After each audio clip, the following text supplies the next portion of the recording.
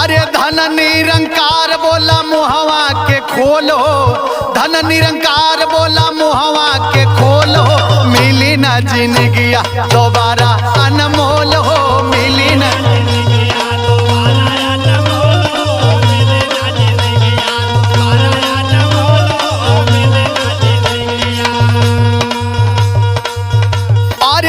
निरंकार बोला मुहवा के खोलो,